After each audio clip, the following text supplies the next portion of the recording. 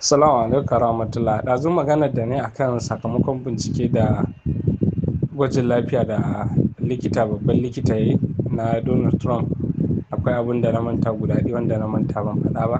Ya yi batu akan yanayin yadda wannan kumburi na ƙafarsa da na hannu ne, wanda dai za ka ga alamun hannunsa ya kumbura ko abin da ya kama da haka. Wanda dai kowa ya riga ya sani dama, shi ma likitan ya tabbatar da wannan kumbure-kumburen da wannan ciwon, amma dai ya yi nuni da cewa wannan abubuwan duk ba wani abun damuwa ba ne a tattare da shi. Ya yi nuni da haka, amma dai ya tabbatar da wannan kumbure-kumburen. Shi ne dai kawai abin da na manta a ɗazun ban faɗa ba. Bincike ne wanda aka fidda na tsawon shafi uku. Duk mai so zai iya bibiya ya je ya ga abubuwan dalla-dalla waɗanda aka riga aka yi bayani a kansu. To alhamdulillah, wannan BBC Hausa ce yanzu suke kawo rahotanni, duk da makiya dai akwai danne gaskiyar labari musamman da ya shafi nasarorin gwagwarmaya. To amma dai da haka dai sun ce harin da Iran ta kai shekaran jiya Kuwait ya jikkata sojojin Amurka da dama. Allah ne kaɗai ya san soja nawa ne suka halaka a harin nan da Iran ta kai Kuwait. Hari ne bayan harin da aka kai mata tasha ta yankin bandar Abbas something ta mai da martani. To iya yanzu rahotannin da suke fitowa an ce sojoji ne da dama a wajen. To amma yanzu na ga rahoto na hotunan wajen kamar yadda satellite suka ɗauka na China. Wallahi waje ne da aka jibga sojoji, ake ta yanayin rarraba su da yanayin ya za a tsatsara musu abin da za su yi. Wallahi wajen in muka gaba abin da zai ya fita. Gaba ɗaya wajen Iran ta babbake shi, ta babbake wajen gaba ɗayan shi, wajen ya koma toka. Wannan martani kenan na wani motsi da Amurka ta yi. Tunanin ta saranda, ba saranda wallahi. Allah ya taimaki 'ya'yan Ali, Allah ya ci gaba da riko da hannayenmu. Duk da akwai harin da Iran ta taɓa kaiwa Ainul Asad, Iraki. Cewa suka yi ko mutum da bai jikkata ba, amma iya soja da taɓin ƙwaƙwalwa saboda gigi cewa irin makamin da ya ta amfani da shi duk fata ne. Wannan harin na Kuwait fata ta yi amfani da shi, harin Iraki ma shi ne. Iya sojoji da suka samu taɓin hankali sun fi mutum 1000. Taɓin hankali sun haukace saboda tsanani da firgici da irin illan makaman. To irin shi Iran ta yi amfani da shi a Kuwait. Yasa za mu ga duk ƙasashen Laraba da hankalinsu ya tashi akan harin. Zama ake, yankin Gulf sun zauna, OIC sun zauna. Allah wadai, wannan abin karya dokokin ƙasa ne. Sun ba wa Amurka, tana amfani da ƙasar tana kawo hare-hare. Ai Allah ya taimaki Iran al-Musulma, sai wani abin ma sai an dawo. Duk da dai sun tsorata sun da ku. Allah ya ci gaba da dafa muna, ya ci gaba da riko da hannun 'yan gwagwarmaya. Yau wannan kuma current reporters ne ma ta kawo shi, ku duba ku gani. Duk da naga an kara hoton, ina da ƙara maimaitawa ne mutane su ga hoton yadda satellite ta ɗauki hoton, yadda aka ƙone base ɗin America da fata da yake Kuwait. Amma saboda yadda aka siyasa su take makaryata ne, haka duk inda yaransu suke zaka ga haka siyasa su take. Ƙarya ba komai ne a gurin su ba su. Sam ba sa jin kunya ƙarya, ba su san yadda ake jin kunya ƙarya ba su. Ko menene za su faɗa. To da ne in suka faɗa, ba ka da, ko da kai ɗin kana da fahimtar da ka san ƙarya ne, ba ka da hanyar da za ka ƙaryata ɗin. To yanzu ko babu. Don haka mai bin su, mai ɗaukar labaran jaridun yamma ya tabbatar, ya isar, to zai ci gaba da jin kunya har sai sun ƙarar mai da kunyar shi. In akwai rahoto so ta sai ta ƙare. Mutane ne makareta, mazambata, munafukai, ɗebabbu, fitinannu, jarababbu, shedanu kuma. To yanzu Allah yana ta kunyata su, yana kama na ƙarshen su. Allah yana ta kunyata su, yana kama na ƙarshen su. Duk abin da suka sai Allah ya jiyar da su kunya. Shedan ba madadi, kunya kawai suke ji, kunyata su Allah yake yi. Babu wani yanayi da suke yi wallahi da suke kai labari face Allah kunyata su. A nan wurin saboda rainin hankali za ku ci wa mutane wai mutum 5 sun mutu. Guri ne an ƙone shi ƙurmus.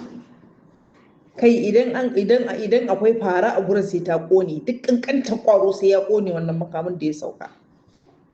Amma saboda rainin hankali sai su zo su gaya maka abin da ba yadda za a yi ka yadda da shi. Amma da Iran ce in mutum 100, in mutum 60, in mutum 100 nawa ne suka mutu a gurin za ta faɗa. To muna ji muna gani muna kuma sauraro. Sai wata ran ta kama ana musu a White House, sai ka ji an ce ai wannan abin da ya faru na base ɗin Kuwait, matasan mu 300 ko sojojin mu 100 kaza ne suka mutu. Mutanen kawai, Allah ya kyauta. Nan wani hoto ne aka ɗau takalmi da ke kafar Said Mujtaba Khamenei. Ana magana a matsayin na wani babban leader a duniya, wanda kun san yana cikin top 10 mutane masu girma a duniya. Mu a duniyar musulunci ma shine gaba. Wanda ya fi shi shine wanda muke jira kujerar shi ba za ta yi ƙasa ba sai nan da Allah ya sauke. Allah ya kawo mana a sahibin zaman. Amma kafin shi mu da duk wani musulmin arziki, to yanzu wannan ne shugaban shi. Shi ne ake nuna maka irin plan shoe ɗin da yake sawa, takalmi ba araha ɗan ƙasar Iran ɗin wanda ake ginawa a Iran, ba takalmi mai tsada ba. Shi ne suke kwamfiyarin da ya za ka ga takalmin da irin su Donald Trump da su Netanyahu suke sawa. To wannan ko yanzu sun ƙara fitar da mu kunya, sun fitar da mabiya Imamu Ali kunya, sun fitar da gidan annabta kunya. Dama haka suke, a nuna maka suna rayuwa mai sauƙi, ba su dinga kallon kansu su daban kamar yadda su waɗancan suke rayuwa daban ne su a cikin al'umma. Su ɗin da mutane ba ɗaya ba ne kwata-kwata. Yanzu kuma waɗannan suna nunawa da su da al'umma sai dana Rasulullah sallallahu alaihi wasallam duk ɗaya ne da su talakawan garinsu. Kamar yadda mahaifin shi ya yi, haka aka ga mahaifin shi riga ma da ɗinki. Riga da ɗinki bawan Allah. Ba su ɗaukaka kansu ba. Ba laifi ba ne sa sutura mai tsada a musulunci. Amma dai wannan abun burgewa ne. Me yake nuna maka abin da suke yi ba don kansu suke yi ba, don al'umma suke. Duk abin da suke ba don su ji daɗi su mori dukiya ba ne. Kamar yadda muka san su shedanin ƙasashen yamman nan suna yi. Da abin da suke suna yi ne don su tara dukiya, su gina manyan hotels da makamantansu, su talauta wasu ƙasashen don su amfana. Wannan idan Allah ya kai mu ƙarshen yakin nan, Iran ta zama ita ce super power, muna wa al'umma albishir musulmai za mu ji daɗi. Hatta makiyan, hatta wanda suke ba sa son Iran din suna binta da sharri da munafurci da makirci, wallahi sai sun ji daɗi. Ba daɗin zai tsaya a kansu ba ne, wani ma daɗin da zai ji na duniya ya fi daɗin da su za su ji. Allah ya ba su nasara da sa'a. Wannan kuma Iran ce ta ba da sanarwar IRGC. Akwai manya-manyan jirage na ruwa waɗanda suka wuce ta nan Hormuz a awa 24 da suka gabata. Waɗannan jirage sun wuce ne ƙarƙashin sahalewa da sa ido na ƙasar Iran. Dukkan wasu ƙa'idoji da Iran ɗin ta gindaya sun kiyaye, sun biya haraje-haraje da dukkan abin da Iran take bukata sun biya su. Shine suka ba su dama suka wuce. Ga sunan jiragen guda 20.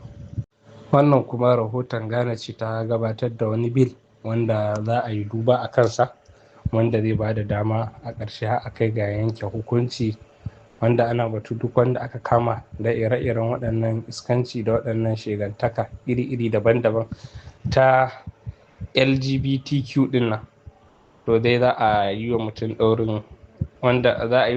ɗaurin shekara 3 a gidan yari.